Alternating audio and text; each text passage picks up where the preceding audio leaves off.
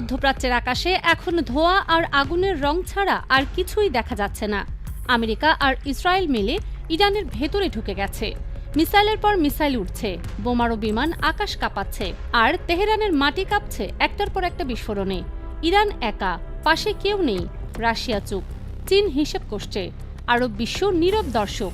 কিন্তু এই রক্তাক্ত যুদ্ধক্ষেত্রের চেয়েও ভয়ঙ্কর একটা প্রশ্ন এই মুহূর্তে গোটা পৃথিবীর রাজনৈতিক বিশ্লেষকদের ঘুম কেড়ে নিচ্ছে। সেই প্রশ্নের উত্তর ইরানে নেই, আমেরিকায় নেই, ইসরায়েলেও নেই। সেই উত্তর লুকিয়ে আছে পূর্ব এশিয়ার সবচেয়ে রহস্যময় দেশটার রাজধানীতে পিয়ংইয়ংয়ে।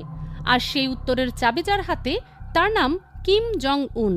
এই মানুষটা সম্পর্কে দুনিয়া যতটুকু জানে তার চেয়ে বেশি জানে না। যিনি ইরানের সর্বোচ্চ নেতা আয়াতুল্লাহ খামেনির সাথে দশকের পর দশক ধরে এমন একটা সম্পর্ক গড়ে তুলেছেন যা কোনো কূটনৈতিক দলিলে পুরোপুরি ধরা পড়ে না। যিনি ডোনাল্ড ট্রাম্পের সাথে একেবারেই পাতে না। দুই মেরুর দুই মানুষ তারা। আর ইসরায়েলের প্রধানমন্ত্রী বেনিয়ামিন নেতানিয়াহুকে তিনি প্রকাশ্যে ক্যান্সার বলে গালি দিয়েছেন, কোনো রাখঢাক না রেখেই। ঠিক এই জায়গাটা থেকেই আসল ভয়ের সূচনা। চিন্তা করুন একবার, যে পারমাণবিক বোমার আতঙ্কে আমেরিকা ইরানের ভেতর ঢুকে মিসাইল বর্ষণ করছে, যে পারমাণবিক কর্মসূচির ভয়ে নেতানিয়াহুর যুদ্ধবিমান ইরানের আকাশে বোমা ফেলছে, সেই পারমাণবিক বোমা উত্তর কোরিয়ার কিম জং উনের কাছে এই মুহূর্তে 50টিরও বেশি মজুদ আছে। 50টি। আর শুধু মজুদ নয়, প্রতি বছর আরও 6 থেকে 12টি নতুন পারমাণবিক বোমা তৈরির ক্ষমতাও তার হাতে রয়েছে। তার আন্তঃমহাদেশীয় ক্ষেপণাস্ত্র সরাসরি আমেরিকার মূল ভূখণ্ডে আঘাত হানতে পারে। ইসরায়েলকে মানচিত্র থেকে মুছে দেওয়ার ক্ষমতাও তার আছে। আর সবচেয়ে লোমহর্ষক তথ্য হল, ইরানকে পারমাণবিক শক্তিধর রাষ্ট্র বানানোর পেছনে কিম জং উনের হাত আছে বলে বহু আন্তর্জাতিক গোয়েন্দা সংস্থা দাবি করে আসছে। তাহলে এখন যদি কিম সিদ্ধান্ত নেন যে তিনি তার পুরনো বন্ধু খামেনিকে বাঁচাতে এগিয়ে আসবেন, তাহলে কি দাঁড়াবে? সেটা কল্পনা করলে মেরুদণ্ড দিয়ে শীতল স্রোত বয়ে যায়। কারণটা খুব পরিষ্কার, কিম জং উনের সামনে ট্রাম্পের মুখ থেকে কথা বের হয় না। নেতানিয়াহু কিমের বিষয়ে টু শব্দ করার সাহস রাখেন না। উত্তর কোরিয়ার পারমাণবিক শক্তির বিরুদ্ধে ব্যবস্থা নেওয়ার হিম্মত ট্রাম্পের কোনোদিন হয়নি। তিনি জানেন কিম এমন একজন মানুষ যিনি কারো কথা শোনেন না, কারো চাপ নেন না, আর কারো হুমকিতে 1 ইঞ্চিও নড়েন না। কিম এই মুহূর্তে চুপ আছেন ঠিকই, কিন্তু তার এই নীরবতাই হয়তো সবচেয়ে বড় বিপজ্জনক সংকেত। এই পুরো লড়াইটার মূলে আছে পারমাণবিক অস্ত্র। কিম জং উন বুঝতে পারছেন, ইরানের পারমাণবিক কর্মসূচি যদি একবার শেষ হয়ে যায়, তাহলে ট্রাম্পের উৎসাহ শতগুণ বাড়বে। পরের টার্গেট হবে কে? উত্তর কোরিয়া ছাড়া আর কে হতে পারে? ট্রাম্প নিজেও জানেন কিম একটা দিক নির্দেশনাহীন ক্ষেপণাস্ত্রের মতো। কখন কোন দিকে মোড় নেবে কেউ বলতে পারে না। এমন মানুষের হাতে 50টা পারমাণবিক বোমা থাকা যে পৃথিবীর জন্য কতটা ঝুঁকিপূর্ণ, সেটা ট্রাম্প বোঝেন ভালোই। আর কিম নিজেও বোঝেন। আজ হোক বা কাল ট্রাম্প তার পারমাণবিক শক্তি নিয়ে প্রশ্ন তুলবেই।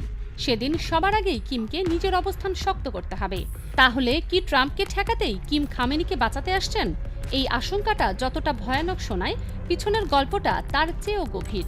উত্তর কোরিয়ার ভেতরে এই মুহূর্তে এমন কিছু ঘটছে যা বাইরের পৃথিবী জানে না। কিম জং উন নিজের শরীর নিয়ে আতঙ্কিত। উচ্চ রক্তচাপ আর ডায়াবেটিস তাকে ভেতর থেকে খেয়ে ফেলছে। মৃত্যুর ভয় ঢুকে গেছে তার মনের ভিতরে। ভাবছেন তিনি চলে গেলে উত্তর কোরিয়ার কি হবে? এই পারমাণবিক শক্তির ভয় কে ধরে রাখবে? আমেরিকা তো সুযোগ পেলেই দেশটাকে গিলে ফেলবে। এই ভাবনা থেকেই কিম নিজের রক্তের ধারা দিয়ে আরেকটা লাইন টানার প্রস্তুতি নিচ্ছেন। সেই লাইনের নাম কিম জু এ, তার নিজের মেয়ে। মাত্র 13 বছর বয়স। ভাবুন একবার, 13 বছরের একটা কিশোরীর হাতে 50টি পারমাণবিক বোমার নিয়ন্ত্রণ তুলে দেওয়ার কথা ভাবা হচ্ছে। পৃথিবীর বেশিরভাগ দেশে 18 বছরের আগে কারো হাতে সাধারণ অস্ত্র দেওয়াই বৈধ নয়। অথচ কিম জং উন পুরো দমে প্রস্তুতি নিচ্ছেন নিজের মেয়েকে সেই অকল্পনীয় ক্ষমতা বুঝিয়ে দিতে। মাত্র 48 ঘন্টা আগে পিয়ংইয়ংয়ে ক্ষমতাসীন কোরিয়ান ওয়ার্কার্স পার্টির 9ম কংগ্রেস অনুষ্ঠিত হয়েছে। সেখানে কিম আর তার মেয়ে কিম জুয়ে একই ধরনের জ্যাকেট পরে হাজির হয়েছিলেন। উত্তর কোরিয়ায় কিমের পোশাক কপি করার অধিকার কারও নেই, তার স্ত্রীরও না, বোনেরও না। কিন্তু মেয়ে সেই পোশাকে এসেছিলেন প্রকাশ্যে। এটা শুধু পোশাক নয়, এটা উত্তরাধিকারের প্রতীকী ঘোষণা। এরপরই উত্তর কোরিয়ার সরকারি সংবাদ মাধ্যম KCNA এমন কিছু ছবি প্রকাশ করেছে যা দেখে গোটা দুনিয়া নড়ে উঠেছে। ছবিতে কিম জং উন নিজের 13 বছরের মেয়েকে স্নাইপার রাইফেল চালানো শেখাচ্ছেন। কিভাবে টার্গেটে আঘাত করতে হয়, কিভাবে দূরবীন দিয়ে লক্ষ্যবস্তু ধরতে হয়, সব শেখাচ্ছেন হাতে ধরে। কিম জুয়ে দূরবীন দিয়ে টার্গেট দেখছেন, তারপর স্নাইপার রাইফেল তুলে নিশানা লাগাচ্ছেন। বাবাও পাশে দাঁড়িয়ে রাইফেল তুলে নিশানা লাগাচ্ছেন। কত দূরে আঘাত করা হচ্ছে, কত টার্গেট করা হচ্ছে সে বিস্তারিত আসেনি, কিন্তু ছবিগুলো যে বার্তা দিচ্ছে সেটা পরিষ্কার। উত্তর কোরিয়ার ক্ষমতার ভবিষ্যৎ ঠিক হয়ে গেছে। ফায়ারিং রেঞ্জে কিমের পাশে দাঁড়িয়েছিলেন তার ঘনিষ্ঠ সিনিয়র কর্মকর্তা ওয়াং চন চল। কোরিয়ান ওয়ার্কার্স পার্টির কেন্দ্রীয় কমিটির সদর দফতরে এই অনুষ্ঠানে কিম আর কিম জোয়ে মিলে কর্মকর্তাদের হাতে স্নাইপার রাইফেল উপহার দিয়েছেন। উত্তর কোরিয়ায় এই রীতি আছে, নেতা যখন কোনো কর্মকর্তাকে রাইফেল দেন সেটা পূর্ণ আস্থার চূড়ান্ত প্রতীক হিসেবে গণ্য হয়। 2020 সালেও কিম কোরিয়ান যুদ্ধের বার্ষিকীতে সেনা কর্মকর্তাদের বন্দুক উপহার দিয়েছিলেন। 5 বছর পর আবার এই ঐতিহাসিক বৈঠকে তিনি নিজের শক্তি প্রদর্শন করলেন আর পাশাপাশি মেয়েকে ভবিষ্যতের উত্তরাধিকার হিসেবে দুনিয়ার সামনে তুলে ধরলেন। কিন্তু এসবের বাইরে আসল কথাটা হলো ইরান আর উত্তর কোরিয়ার মধ্যে সম্পর্কটা কতটা গভীর, কতটা পুরনো, কতটা বিপজ্জনক। ইরান ইরাক যুদ্ধের সময় উত্তর কোরিয়া ইরানের পাশে দাঁড়িয়েছিল, তেলের বিনিময়ে অস্ত্র সরবরাহ করেছিল। ইরানের শাহাব 3 মিসাইল উত্তর কোরিয়ায় নোল্ড মিসাইলের হুবহু নকল। কোররাম শহর মিসাইল মুসুদানের কপি। সিজিল মিসাইল SKN-1 SBL এর প্রতিরূপ। 2003 সাল থেকে উত্তর কোরিয়া ইরানকে পারমাণবিক প্রযুক্তিতে সরাসরি সাহায্য করে আসছে। 2012 সালে দুই দেশের মধ্যে প্রযুক্তিগত সহযোগিতার আনুষ্ঠানিক চুক্তিও স্বাক্ষরিত হয়। 2011 সালে একটি আন্তর্জাতিক রিপোর্টে উঠে এসেছিল যে উত্তর কোরিয়া ইরানকে পারমাণবিক বিস্ফোরণের সিমুলেশন সফটওয়্যার বিক্রি করেছিল। এই তথ্যগুলো জানলে বোঝা যায় ইরানের পারমাণবিক স্বপ্নের পেছনে পিয়ংইয়ংয়ের ছায়া কতটা দীর্ঘ। কিম জং উনের বন্ধুদের বন্ধু বলা হয়। রাশিয়া চীনের পাশে তিনি সবসময় দাঁড়িয়েছেন। 2025 সালের জুনে যখন ইসরায়েল ইরানে হামলা চালিয়েছিল তখন কিম প্রকাশ্যে ইরানের সমর্থনে দাঁড়িয়েছিলেন। ইসরায়েলকে সন্ত্রাসী আর ক্যান্সার বলেছিলেন কোনো লুকোচুরি ছাড়াই। সেই যুদ্ধ থামেনি কখনো। কিম সেই সময়ই পূর্ব সাগরে একসাথে 10টি মিসাইল ছুড়ে দিয়েছিলেন, ঠিক যখন দক্ষিণ কোরিয়া, আমেরিকা আর জাপান যৌথ সামরিক মহড়া চালাচ্ছিল। 1 বছর পর আবার সেই একই ছবি ফিরে এসেছে। 9 থেকে 19 মার্চ ফ্রিডম শিল্ড নামে যৌথ সামরিক মহড়া আসছে দক্ষিণ কোরিয়া আর আমেরিকার। আবারও ইসরায়েল ইরানে হামলা করেছে, আবারও আমেরিকা প্রকাশ্যে মিসাইল বর্ষণ করছে। পরিস্থিতি যেন 1 বছর আগের আয়নার প্রতিবিম্ব। একই ঘটনা, একই আতঙ্ক, একই প্রশ্ন। কিম আগেই সতর্কবাণী দিয়ে রেখেছেন, বলেছেন তিনি ইরান নন।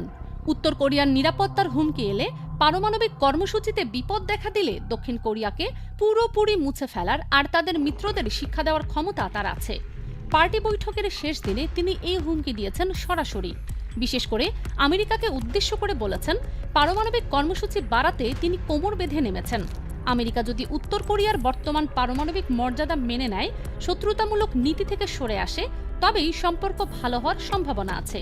কিন্তু আমেরিকার জবাব কিমকে আরও ক্ষুব্ধ করেছে। ফ্রিডম শিল্ড মহড়ার উদ্দেশ্য হিসেবে বলা হয়েছে উত্তর কোরিয়ার গণবিধ্বংসী অস্ত্র ঠেকানো। কিমের পরই দক্ষিণ কোরিয়াকে সবচেয়ে বড় শত্রু ঘোষণা করে বলেছেন, কিছু করলে নামও নিশানা মুছে যাবে। দক্ষিণ কোরিয়ার প্রেসিডেন্ট লি জায়ে মিয়ংয়ের সম্পর্ক উন্নয়নের চেষ্টাও ব্যর্থ হয়েছে, কারণ কিম যা চান তাই করেন। এই সত্যটা পৃথিবী বারবার দেখেছে। ট্রাম্প গোটা দুনিয়াকে হুমকি দেন, দেশের পর দেশকে শুল্কের বোঝায় চাপা দেন, ইরানের ভেতরে ঢুকে মিসাইল মারেন, কিন্তু কিম জং উনের সামনে মুখ খুলতে ভয় পান। কারণ ট্রাম্প জানেন কিম সেই মানুষ যিনি ভয় পান না, পিছু হটেন না, আর হুমকিতে দমে যান না। এখন ইরানের ওপর এই তাণ্ডবের পর কিম আবার সতর্ক হয়ে গেছেন। তার চোখে ইরানের পতন মানে তার নিজের ভবিষ্যতের ওপর সরাসরি আঘাত। আর শেষ প্রশ্নটাই সবচেয়ে ভয়ঙ্কর, সবচেয়ে লোমহর্ষক। কিম কি তার পুরনো বন্ধু খামেনির পাশে গিয়ে দাঁড়াবেন? আমেরিকার বিরুদ্ধে কি তিনি একটা নতুন ফ্রন্ট খুলবেন? যদি তিনি এই সিদ্ধান্ত নেন, তাহলে মধ্যপ্রাচ্যের এই যুদ্ধ আর আঞ্চলিক থাকবে না, সেটা হয়ে যাবে পৃথিবী কাঁপানো তৃতীয় বিশ্বযুদ্ধের সূচনা। আর সেই যুদ্ধে কে জিতবে, কে হারবে, সেটা কেউ জানে না। শুধু এটুকু নিশ্চিত যে হারবে মানব সভ্যতা।